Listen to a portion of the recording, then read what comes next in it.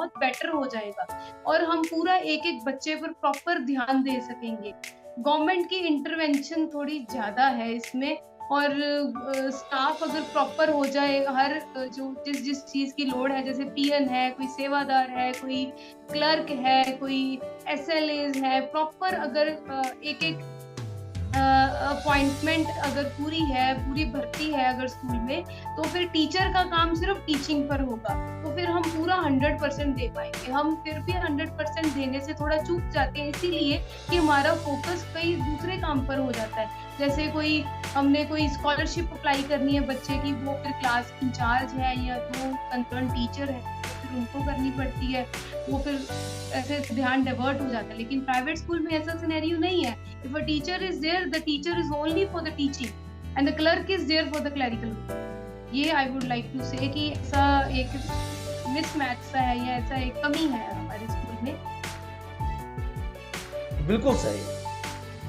सरकारी स्कूल में सारे शिक्षक बहुत योग्य हैं, बहुत कंपटीशन दे के आए, बहुत संघर्ष के बाद से कोई सरकारी शिक्षक बनता है। सभी लोग सरकारी शिक्षक बनना चाहते हैं, जो शिक्षा पेशा में है, जो बीएड करते हैं, जो डीएलएड करते हैं और सरकारी शिक्षक बनना चाहते हैं। शिक्षक बनने के बाद स्कूल में कुछ करना भी चाहते हैं, पढ़ाना भी चाहते हैं, लेकिन स्कूल का सिस्टम इस तरह से हो जाता है कि वो पढ़ा नहीं पाते, वो कर नहीं पाते और लेकिन अपने बच्चे का नाम कभी भी सरकारी मास्टर बनाना जरूर चाहे, नहीं सरकारी विद्यालय में पढ़ाना नहीं चाहे। ये कुछ लोगों को देखने में लगता है कि इन लोगों में स्पेशली कुछ कमी है या ऐसा चाहते हैं। मुझसे एक व्यक्ति ने पूछा, जपनीन जी, कि आप ऐसा क्यों कह रहे हैं कि सरकारी विद्यालय में योग्य शिक्षक हैं जबकि प्राइवेट विद्यालय में कम योग्य शिक्षक हैं, लेकिन पढ़ाई जो होती है तो प्राइवेट विद्यालय में अच्छी होती है, सरकारी में नहीं होती है। तो मैंने उनको समझाया था, तो शायद आप भी इससे सहमत हो, कि सरकारी विद्यालय में सब कुछ ठीक है बट मैनेजमेंट सही नहीं होता। जैसे घर में सारी चीजें पड़ी हो लेकिन घर उसका मैनेजमेंट सही नहीं हो तो चीजें हमारे काम नहीं आएगी। किचन में खाने की सारी चीजें हो लेकिन सही ढंग से मैनेज करके उनको सब्जी ना बनाया जाए, दाल ना बनाया जाए, तो किचन की चीजों का कोई अर्थ नहीं होता। ठीक ऐसे ही प्राइवेट विद्यालय में मैं नहीं मानता कि योग्य शिक्षक होते हैं। बहुत हाई लेवल का प्राइवेट विद्यालय छोड़ दीजिए, तो छोटे मोटे प्राइवेट विद्यालय 5,000, 7,000, 10,000 रुपया पेमेंट देते हैं लोगों को और उतने में कोई योग्य आदमी टिकने वाला नहीं। ठीक है, बावजूद इसके वहाँ पे पढ़ाई ज्यादा अच्छी होती है। तो इसके पीछे मुझे ये समझ में आता है कि वो मैनेजमेंट उसका तगड़ा है। सरकारी विद्यालय में टीचर है तो मैनेजमेंट नहीं है, अब प्राइवेट विद्यालय में टीचर मैनेजमेंट है तो टीचर नहीं है। ये विडंबना है। कहीं कहीं प्राइवेट विद्यालय जो बड़े नामी प्राइवेट विद्यालय है उनमें दोनों है, टीचर भी है और मैनेजमेंट भी है। और प्लस एक और चीज उसमें जुड़ता है कि सरकारी विद्यालय के जो सरकारी शिक्षक है उनका वेतन पढ़ाने पे नहीं, हाजिरी बनाने पे मिलता है। हाजिरी बनाने पे मिल जाता है तो पढ़ाने की जरूरत भी नहीं है, जो वेतन लेने के लिए हाजिरी बनाने पे मिल जाता है। तो एक बात आपका बिल्कुल सही है कि जब प्राइवेट विद्यालय में क्या है कि हाजिरी बनाने से वेतन मिलेगा नहीं, वहां पे पढ़ाने पे वेतन मिलेगा। आप हाजिरी बनाइए चाहे हाजिरी मत बनाइए। तो ये चीज बहुत इंपॉर्टेंट है। बहरहाल मुझे ये जान के बड़ा अच्छा लगा कि आपके अंदर एक शिक्षक है। बहुत से शिक्षकों में कुछ लोग शिक्षक हैं, फिर से सुनिएगा मैं क्या, बहुत से शिक्षक हैं लेकिन उसमें से कुछ लोग जो है वो वास्तविक शिक्षक है भीतर से। अच्छा, मुझे लगता है कि ऐसे जो आपके भाव बने हैं शिक्षा के प्रति, ये जो प्रेम पैदा हुआ है और इस तरीके से जो आप एक और बात बोली थी कि स्किल मिले, तो यानी कि आप ऐसा सोच रही है कि हमें और भी नया सीखने को मिले, सीखने के लिए भी आप उत्सुक हैं। तो इसके पीछे क्या किसका हाथ है कि आप इस तरीके से मानसिक रूप से भीतर से टीचर बन पाई? इसके पीछे आपने एक तो बताया है शुरू में, तो क्या जी ओशोधारा आप बोल रही थी, ओशोधारा से आप जुड़ी हुई है, तो क्या ओशोधारा का भी कुछ योगदान है क्या कि आपको इस तरीके से इस तरह की आपकी भावनाएं हुई शिक्षा के प्रति? जी, ओशोधारा का तो बहुत बड़ा रोल है। जैसे हमारे स्मर्थ गुरुदेव सिद्धार्थ औलिया जी हमें पल-पल ही या हर प्रोग्राम में हमें बताते हैं कि जैसे हमें जहाँ पर भी सेवा का मौका मिले हमें सेवा करनी चाहिए और गुरु के लिए कोई काम करना चाहिए, तो गोविंद के काम में हमें पढ़ाना चाहिए। और गुरुदेव ने बोला था एक बार कि आप दिन में एक काम ऐसा जरूर करना चाहिए जो आप हरि की सेवा में कर रहे हैं। मैं ऐसा फील करती हूँ कि अगर मैं अपने स्टूडेंट्स को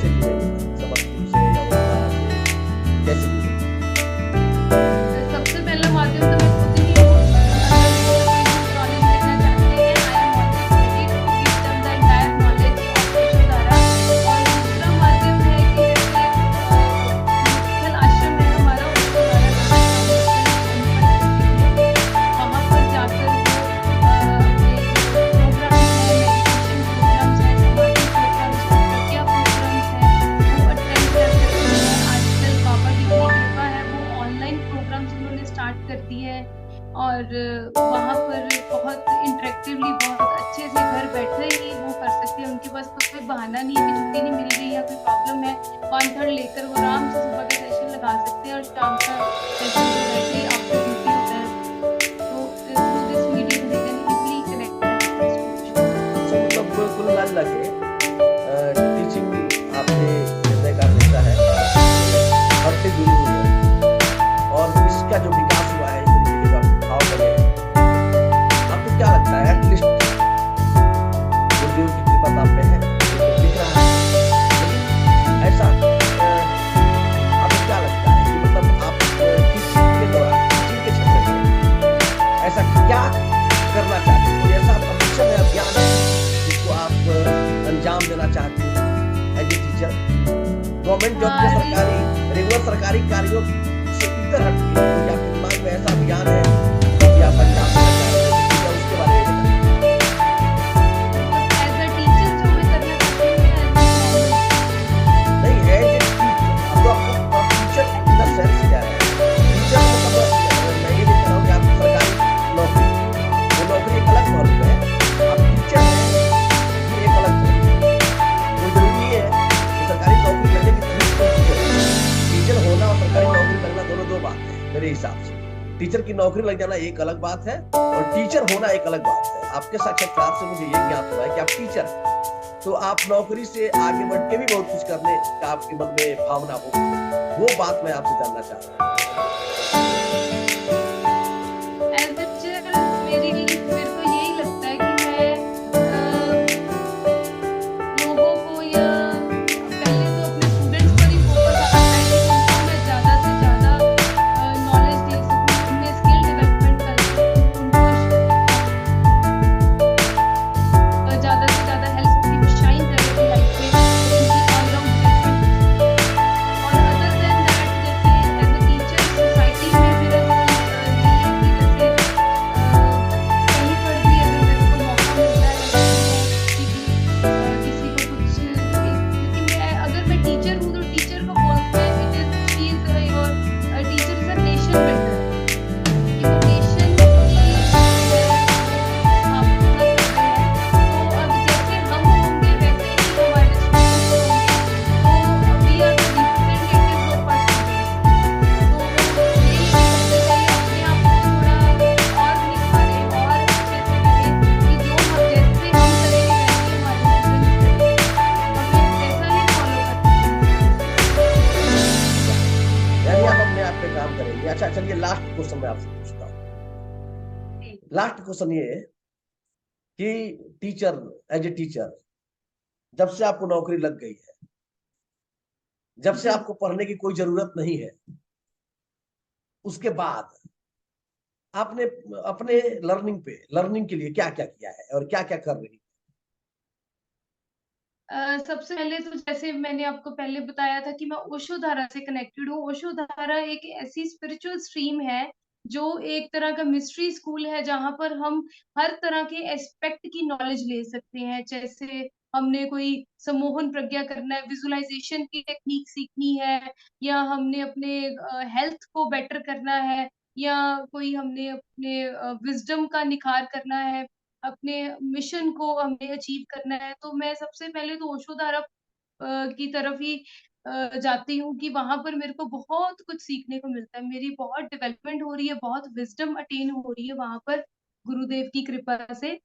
और यही है कि मैं सबसे पहले तो इधर जा रही हूँ, और दूसरा मैं एक मैजिकल मॉर्निंग प्रोग्राम रिसेंटली मैंने ज्वाइन किया है, उससे तो मेरी लाइफ एकदम से ड्रास्टिकली चेंज होगी।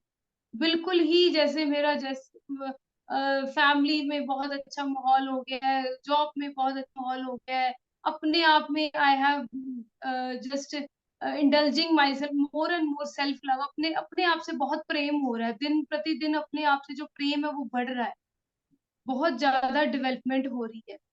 और ये मैजिकल मॉर्निंग प्रोग्राम में बहुत कुछ सीखने को मिल रहा है। जैसे अभी मेरे को इंटरव्यू देने का मौका मिला, this is also a great achievement, this is the very first time I am giving the interview. ये बहुत ही अच्छा एक्सपीरियंस हो रहा है, मेरे को बहुत कुछ सीखने को मिल रहा है इसमें भी।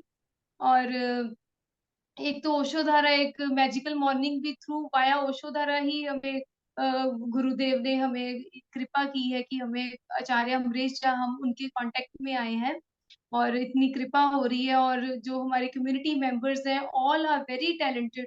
हर हर किसी में बहुत गुण है। अगर हम उनसे सीखने जाएं तो बहुत कुछ सीखने को हमें मिलेगा उनसे भी। और और भी मैं जैसे बुक्स वगैरह पढ़ती रहती हूँ कोई ना कोई। जैसे एटॉमिक हैबिट्स मैंने रिसेंटली बुक स्टार्ट की थी पढ़नी, वो भी बहुत अच्छी बुक है, जिससे हम अपनी रूट लेवल पर अपनी हैबिट्स को चेंज कर सकते हैं।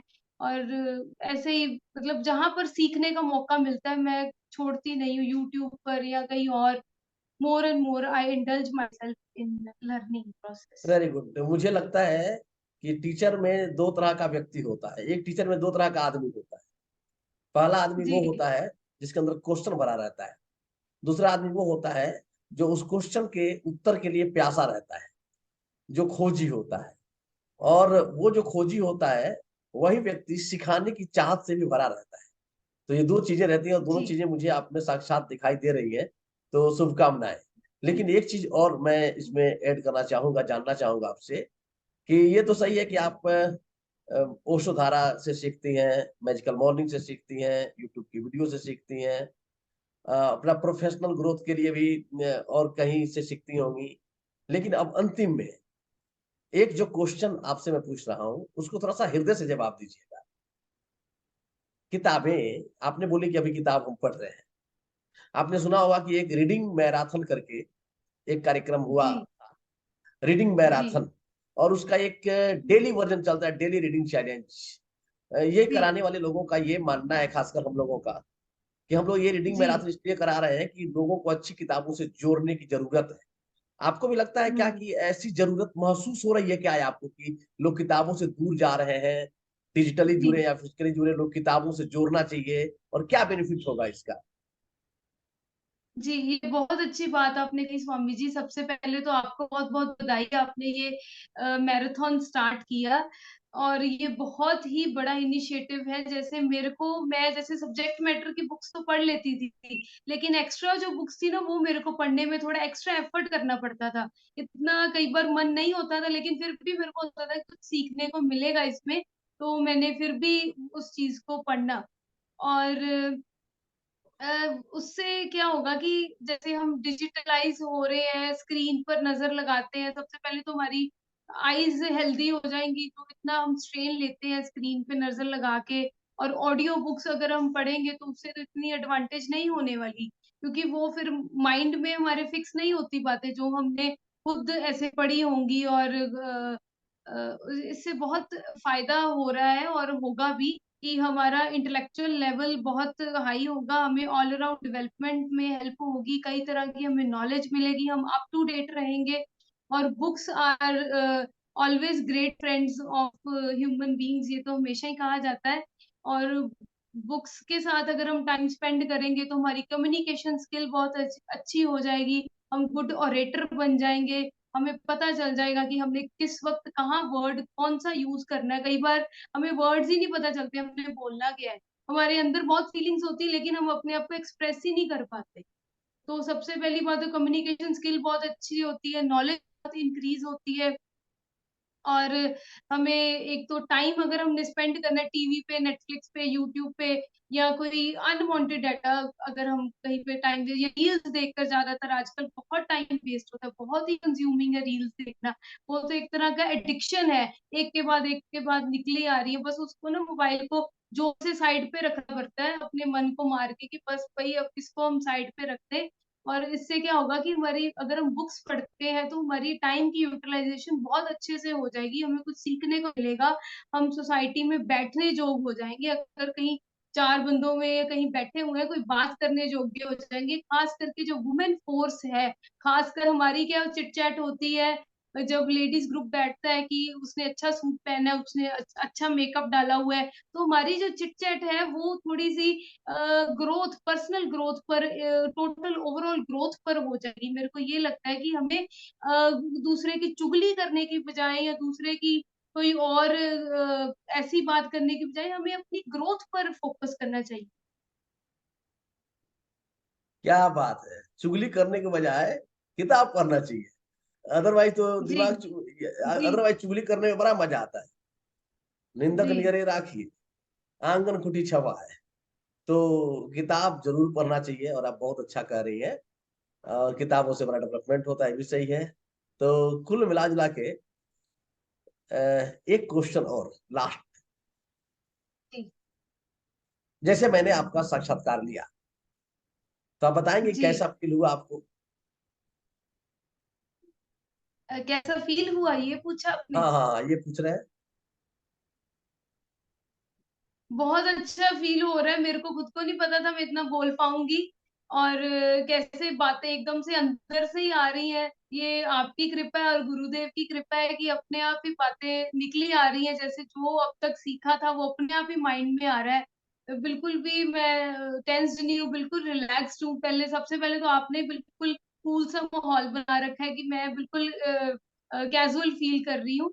और बहुत अच्छा फील हुआ, ये बहुत अच्छा एक्सपीरियंस है। सबसे पहले आपका बहुत बहुत धन्यवाद कि आपने ये मौका दिया, नया एक्सपीरियंस करने को मिला और बहुत कुछ सीखने को मिला, और पता चला कि कैसे इंटरव्यू देते हैं और कैसे। और इससे ये भी पता चला कि मेरे को कौन कौन सी बातों पर अपने पे काम करना है।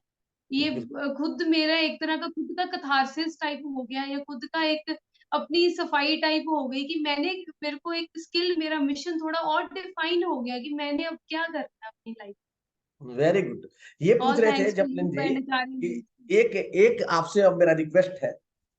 रिक्वेस्ट ये है जी कि जैसे कि आदमी जैसा होता है ना, उसके साथ वैसे लोगों से उसका साथ होता है, वैसे ही लोग उसके साथ जी होते हैं, उसके अगल बगल होते हैं। जैसे बच्चों जी के पास बच्चे आ जाते हैं, गजरियों के पास गजरी और शराबियों के पास शराबी जमा हो जाते हैं। ये प्रकृति का नियम है। जी आप एक शिक्षिका हैं, जी तो और इस तरह की शिक्षिका है जो कि जिसको मैं कहूं कि बेस्ट टीचर इन यू, आपके अंदर एक बेहतरीन टीचर पल रहा है, जो कि समय के साथ साथ बाहर आएगा, आ रहा है धीरे धीरे धीरे धीरे। और जब वो बाहर आएगा तो उसे दुनिया देखेगी। ये हमारे लिए भी गौरव और प्रसन्नता की बात होगी।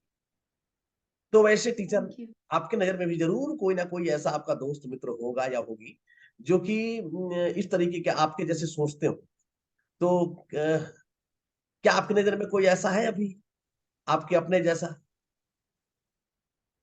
अभी तक तो जैसे मैं गवर्नमेंट स्कूल में हूँ, तो अ, इतना मेरे को अभी तक तो नहीं कोई मिला, लेकिन मेरे जो स्कूल पिछले स्कूल में थे, मतलब हर किसी में सारी, ये जो सारी मैं बातें बोल रही हूँ एक पर्सन में नहीं है, लेकिन ये क्वालिटीज डिफरेंट पर्सन में, कोई किसी में क्वालिटी है, कोई किसी में है, कोई किसी में है, कोई किसी में है।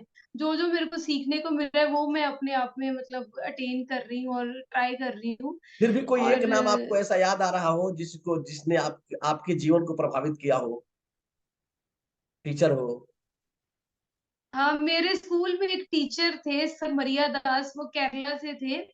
और उनका जो था टीचिंग स्टाइल और उनका जो फोकस और उनका जो डेडिकेशन, वो मेरे को बहुत इफेक्ट किया। और सेकेंडली हमारे ओशोधारा में माँ बेला थे, अभी वो नहीं रहे शरीर में। माँ बेला कपूर, माँ अनुभूति उनका संन्यास नेम था, वो भी एक टीचर थे। उनकी वर्ड्स ने, उनकी काफी बातों ने मेरे को बहुत इफेक्ट किया। तो चलिए, अभी तो कोई नहीं है, लेकिन मैं आपसे आग्रह करूंगा कि आपको यदि ऐसा कोई व्यक्ति मिले जो कि आप टीचिंग के क्षेत्र से हो, और उसके अंदर भी आपके जैसा एक टीचर पल रहा हो, तो मैं उससे मिलना चाहूंगा। और ऐसे ही एक इंटरव्यू के लिए आप उन्हें आमंत्रित कर सकते हैं। ये जी जरूर। ये हम लोगों के, इस कम्युनिटी के लिए, कि हम लोग अच्छी अच्छी चीजों को, मेरा नारा है कि शक्ति के विद्युत कण जो व्यस्त विकल बिखरे निरुपाय, समन्वय उनका करे समस्त, विजयनी मानवता हो जाए। तो ये इस इंटरव्यू का हम्म। भी कहीं ना कहीं यही लक्ष्य है। तो आप जरूर हमें बताएंगे, इसके लिए आपको बहुत बहुत शुक्रिया। और आज जो आपने समय दिया, उसके लिए मैं बहुत कृतज्ञ हूँ। और ऐसे ही Awesome. एक इतिहास बनेगा, एक इतिहास बनाइए। आपके पीछे बच्चों का भविष्य चल रहा है, आपके पीछे इस देश का भविष्य चल रहा है। और पता नहीं कितनी माए और कितने एक सैनिक लड़ता है ना जाके सीमा पर, तो बहुत बड़ा काम करता है, देश की रक्षा करता है। लेकिन पता नहीं कितनी माए, कितनी बहनें, कितने पिता आप पे नजर गड़ाए बैठे हैं कि उनके आंखों का तारा जिसको आप संभालेंगी, जिसको आप कुछ बनाएंगी, जो एक समय में उनका बुढ़ापे का लाठी बनेगा, और जो एक समय ऐसा आएगा कि इस देश का नाम रोशन करेगा। तो ईश्वर ने भी आपको ये मौका दिया है। तो ये बहुत बहुत शुभकामनाएं आपको। आपने समय दिया इसके लिए थैंक यू। फिर मिलेंगे। मुझे भी बहुत अच्छा लगा ये इंटरव्यू, और जल्द ही आपको इंटरव्यू देखने को मिलेगा। तो अब दीजिए हमें विदा, हमारा टाइम पूरा हो गया है। Thank you. और थैंक यू सो मच। होते हैं।